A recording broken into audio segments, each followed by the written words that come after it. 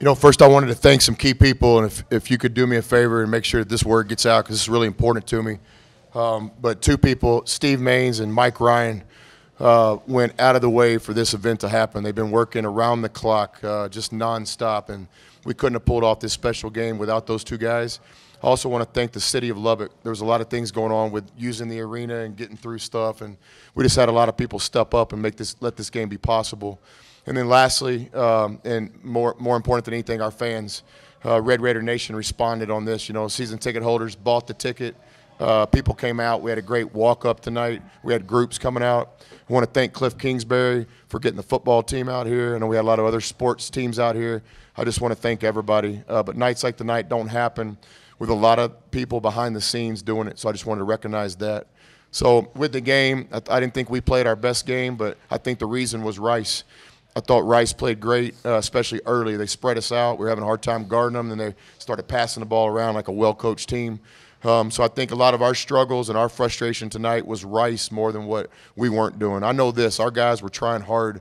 Our players were trying hard. They were playing hard because we have so much respect for all the past players and coaches that were here, whether it be Tony Petit or Andy Ellis or James Dickey, my good friend, was here tonight. So effort wasn't a problem. Our guys were trying hard. I just thought that maybe the moment became a little bit too large early, and for that I'll take the responsibility. So again, thank you, especially to those key people, and thank you to our fans more than anything.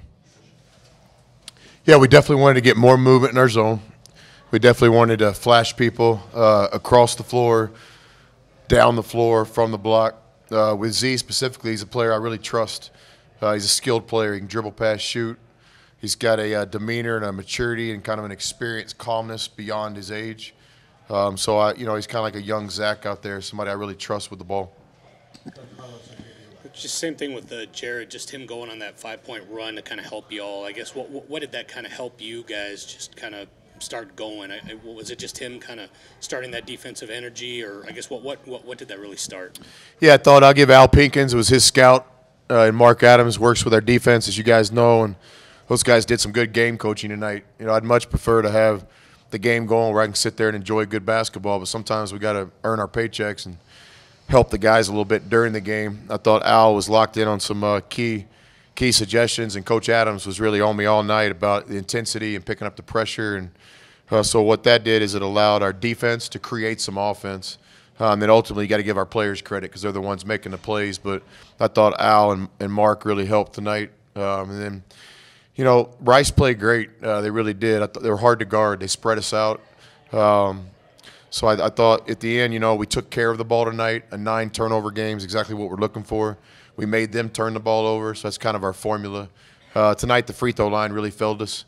I kind of sense it in here. Even you guys don't think we played great, but that's expectations. There was a time not too long ago where, you know, if Texas Tech won a game by 20-something points, it'd probably be a great night. But we're starting to raise the expectations of our team, and I love it. You know, nobody wants to play better than I do. So, but the bottom line is, if we make free throws tonight, it's probably a little bit more convincing victory. I know not style points, obviously, for this win, but I guess is this a game where you kind of like the fact that they were able to kind of battle through it and just kind of really kind of be junkyard dogs, as you kind of mentioned once? Yeah, I think coaches don't like to probably admit this, but you guys know I just kind of speak from the hip, truth teller. So anytime some things can be exposed in your team during a victory, that's good, because you get right back to the drawing board and you fix things. You know, it's hard to really keep improving if you're playing great. And so tonight, you know, Rice exposed some things.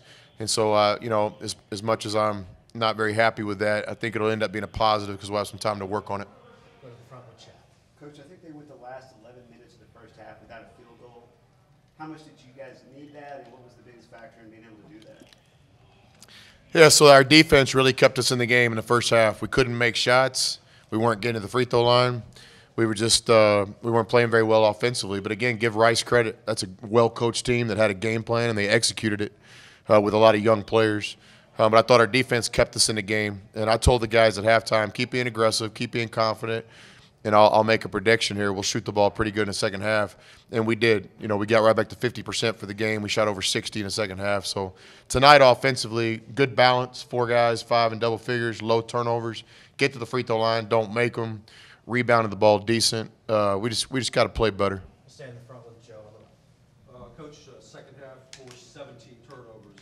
And from where I was looking, it looked like the physical and mental strain of going against your defense started playing upon Rice and maybe contributed to those turnovers, kind of imposed your will. So is that kind of the overall thrust of your program and you know, what you intend to do is to sort of psychologically take over? Well, you know, as a competitor and as a coach, you go into a game and you have a game plan, and then you got to have a secondary game plan, third game plan, fourth. I remember one time when we beat Purdue in the NCAA tournament, I've got a card and I've got about 4 or 5 ways the game can go. And I mean, against Purdue, we were like on the backside trying number 12 and 13, and eventually we got a little success with number 12, I think it was. So tonight, you know, we just couldn't guard Rice. They spread us out, so we felt like we had to speed the game up. And so we pressured them. We played multiple defenses. So, again, coaching staff deserves some credit, especially Al and Coach Adams, and then give our players credit for executing the game plan. But I felt like we had to speed them up tonight because we weren't shooting the ball well, and Rice was playing great. Got time for a couple more. What, was it unique playing a zone like that, first of all? And then secondly, what was it like coaching out in the bubble with the legends of the game here? Yeah, we anticipated the zone, and I got to do a better job having the team prepared. A lot of that falls on me, and I'll do better. Tonight, you know, I'd be lying if I didn't tell you guys this was special. You know, this was cool. I've been telling myself and the team the last 2 days to live in the moment. But when Tony Battie walks in, it's kind of hard to live in the moment. When Coach Dickey, somebody that I have more respect for, there's nobody I respect more in college basketball than James Dickey. This is one of the all-time great coaches at this school and in college basketball in general. Graduated players, won championships, did it with class. So Coach Dickey had me a little out of kilt because I'm emotional when I see him walk in. So, you know, it's like the first time I ever went and saw Bob Seger live. I told myself, man, I can't get all caught up. I want to kind of just be able to remember what happened, but I didn't. I got all fired up, and then after the concert, I couldn't remember what he played. And tonight, as much as I told myself and the players, hey, let's just calm down and try to win a basketball game, there was some emotional stuff, you know, with Gerald Myers and Coach Dickey and the warm-ups. The streamers come down. The newspapers are out. We had former coaches here. We had sons of former coaches here. It was an emotional deal, and I'd be lying if I didn't tell you different. So I thought, above all, the guys responded, and they played well enough for us to get a win and a night that really was about more than just the game. Coach, you mentioned dealing with the zone. You played Baylor in less than 2 weeks in the Big 12 opener. They obviously play a lot of zone. Did Rice help you in that sense tonight? Yeah, I didn't even know we started with Baylor. It was one game at a time. But certainly there's a lot of good zones in the Big 12. We haven't played against many zones because we shoot the ball really well and we have experienced ball handlers. Tonight, Rice is a team that's just committed to it. That's what they do. But I thought there's a lot of things we could learn from, but also think there's a lot of positives. You know, we shoot 60% in the second half. We get the ball in the middle where we want. Yeah, I think we can learn from this game, like all games. But certainly this is some valuable zone offense tape for the guys to study. We'll go to Austin in the back to finish it. Why not? Man, it's a special night, man. We need a couple more. Okay, yeah, sure. Is that a throwback coat? Where is it from? Larry Brown's class. I like that. Norton's only got a couple minutes in the second half. Was that a coaching change, or is he doing fine on his health and stuff like that? No, he's doing fine with the health. Again, I thought small ball gave us a chance there. Our zone offense got a little bit better. No, I have a lot of confidence in Norton. You know, I told the guys all the time, whenever you play on a good team with depth, there's going to be some times where you just got to be unselfish. And sometimes, you know, coaches make mistakes too.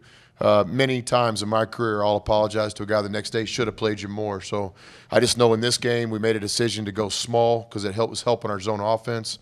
Rice didn't really have a big guy that we couldn't guard with a forward. They had good players, but we could guard them with forwards. So, no, nothing at all with Norton. I mean, I have a lot of confidence with Norton. He's the leader of our team in a lot of ways. He's always ready to play, and so I look for Norton to bounce back and play great next game.